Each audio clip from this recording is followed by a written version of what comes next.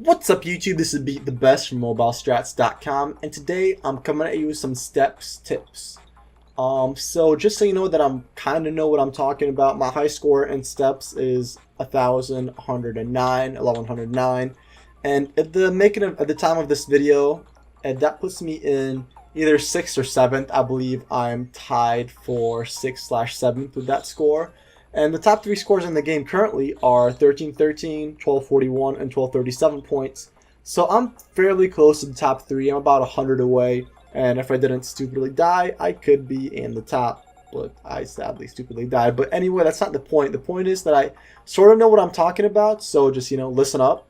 And you might just learn something new. Or you might find these tips completely useless. Either way, just comment below and tell me what you think. Alright, so tip number 1. Figure out how the traps work. And you might be thinking this is completely useless, but just hear me out, alright? Not all traps are equal, obviously, but for most traps, it's better to get on them earlier than later. As an example, for spikes, if you get on the spikes when they're coming down, you might think, okay, they're coming down, it's fine, that's great. But if you come off the spikes a little bit later, you will die. And the issue is that the animation lags behind the hitboxes a tiny bit, at least in my experience. So if you go on the spikes when they're coming down, you might not get hit.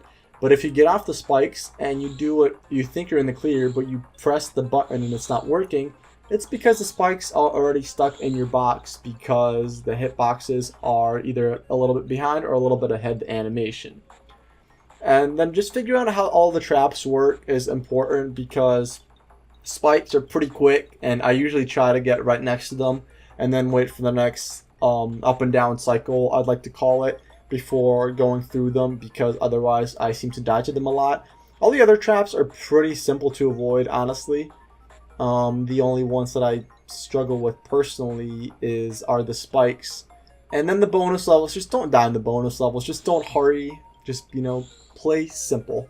Tip number 2, understand how the boosts work. There are 2 boosts, yellow and red. Red is the best, yellow is the second best. And the red, they both appear randomly, but the red stays on the screen for only a couple seconds before disappearing, but the yellow is always on the screen if it appears. The red lightning bolt gets you ahead by about 40 steps, the yellow maybe 10 to 15 or maybe 20 steps. The red is awesome, but it usually appears right after a trap, and you have to get there really quickly, so I don't recommend trying to do that right as trying to get there at the risk of dying, because getting it is good, but don't die. Tip number 3 is very simple. Turn off Wi-Fi if you're lagging. If you're lagging because of ads, that is. Because most ads can make you lag because either your phone is downloading them or the ads are just annoying or distracting, something like that. Just turn off the Wi-Fi, play without ads. It's easy, it helps. So tip number 4. This is probably one of the most important ones also. Don't go fast in areas with no traps. And this might be counterintuitive, obviously, right? Why wouldn't I go fast if there are no traps? But as you go farther in the game, the platforms behind you, the platforms that you pass, they start falling down and approach your character. And then if they reach you, you die.